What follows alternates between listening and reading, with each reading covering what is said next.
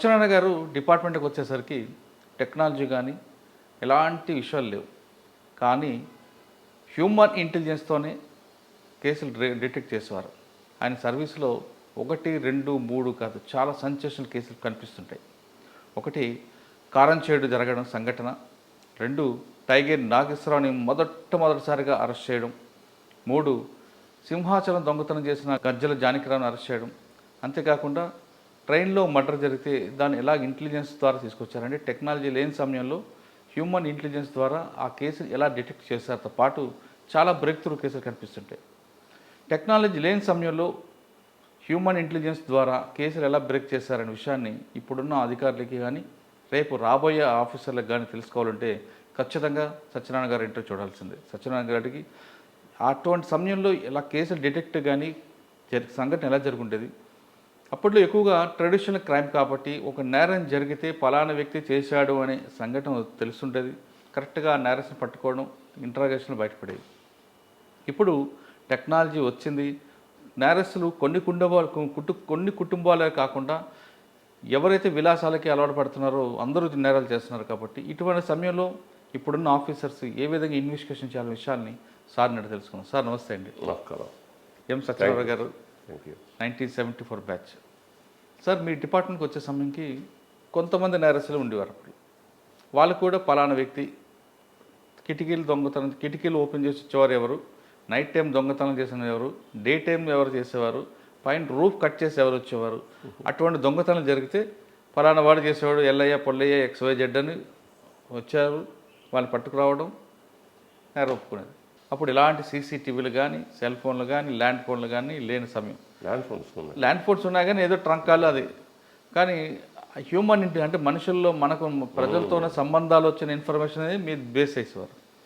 అటువంటిప్పుడు ఇటువంటి కేసులు ఎలా డిటెక్ట్ చేసేవారు మీరు? మీ సర్వీస్లో కారంచేడు సంఘటన అవ్వచ్చు, తర్వాత ముఖ్యంగా టైగర్ నాగేశ్వరరావు, కటార్ కృష్ణ, వీళ్ళందరినీ ఫస్ట్ అరెస్ట్ చేసినప్పుడు వాళ్ళు ఏం చెప్పేవారు? విషయాలు చెప్పే ముందు కొంచెం బ్రీఫ్గా మీ కుటుంబ నేపథ్యం చెప్పండి. I hail from Nellore district అండి. I studied at Nellore.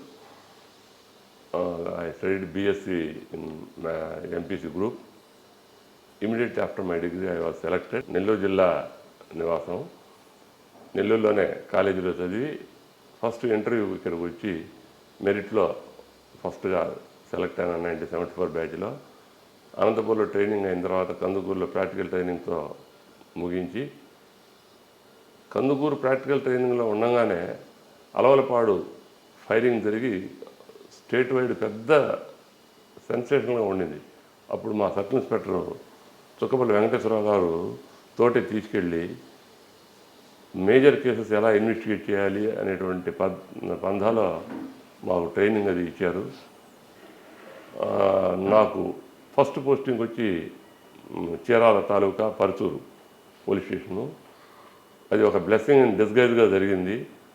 అంతకుముందు నేను స్టెప్ ఇన్ కాబోయే 1 month ముందు ఆ ఊరు సర్పంచ్ని పోలీస్ స్టేషన్కు 100 meters దూరంలో మర్డర్ చేశారు.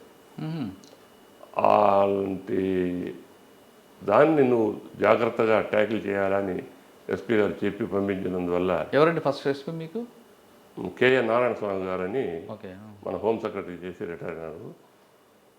ఆ స్పిరిట్ తోటి చేశాను. అప్పుడు KSN రెడ్డి గారని మంచి సబ్ ఇన్స్పెక్టర్ గారు ఉండేవారు. వారు తండ్రి మాదిరి డిపార్ట్మెంట్లో బాగా మమ్మల్ని అంతా లీడ్ చేసేవారు. రాధా గారని చీరాల SI ఉండేవారు. వారు కూడా ఏ డౌట్ వచ్చినా క్లారిఫై చేస్తూ తీసుకెళ్తూ అన్నీ చేస్తూ వచ్చాం. ముఖ్యంగా చీరాల అని అంటే స్టోర్పురం మీదనే కాన్సన్ట్రేషన్ ఉండేది. స్టోర్పురం వచ్చి Bapatla circle, Guntur district.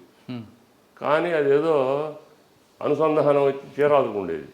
Chirala officers మాత్రమే క్రిమినల్స్ను హోల్డ్ చేయగలరు అనే నమ్మకంతో వర్కింగ్ ప్యాటర్న్ అంతా జరుగుతూ ఉండేది. ఆ రోజుల్లో హాట్ టాపిక్ ఏంటంటే టైగర్ నాగేశ్వరరావు.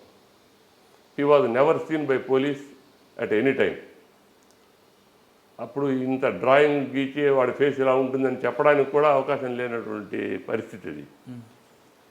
మేము ఇన్యూమరబుల్ రేట్స్ కూడా చేసాం. ఎట్లా 3 రాష్ట్రాల నుంచి పోలీసులు వచ్చేవారు. ఆ 3 రాష్ట్రాల వాళ్ళ పోలీసులకు ఒక్కొక్క వైపు ఒక్కొక్కరు వెళుతూ 100 మెంబర్స్ అట్లా 300 మెంబర్స్ వరకు వచ్చి అంతా స్టూర్టపురం అందరినీ సరౌండ్ చేసేసి వాడి కోసం ట్రై చేసేవాళ్ళు. అది ఏదో కానీ మరి మొత్తం మీద వాడి అదృష్టం అనండి, లేకపోతే వాడు హీరోయిజం అని అనుకోండి, వాడు తప్పించుకొని పోతూనే ఉన్నాడు. ఎవరు? టైగర్ నాగేశ్వరరావు. అప్పుడు మనం ఒక చిన్న ఇన్ఫర్మేషన్ డిఎస్పీ గారి మీటింగ్లో ఉండి వాడు చిలకలూరుపేట వస్తున్నాడు అని చెప్పి తెలిసిందయ్యా సత్యానా నువ్వు చూడు అని ఒక మాట అన్నారు. దాన్ని కాస్త సీరియస్గా తీసుకున్నాను నేను. తీసుకొని ఒక నేరస్తుని పట్టుకున్నాము. వాటితోటి చెప్పి అరే నాకు మంచి పెద్ద నేరస్తుడు దొరికితే నిన్ను నీ కేసుల్లో నుంచి తీసేస్తాను రా బాబు, నాకు పని చేసి పెట్టాలి నువ్వు అని.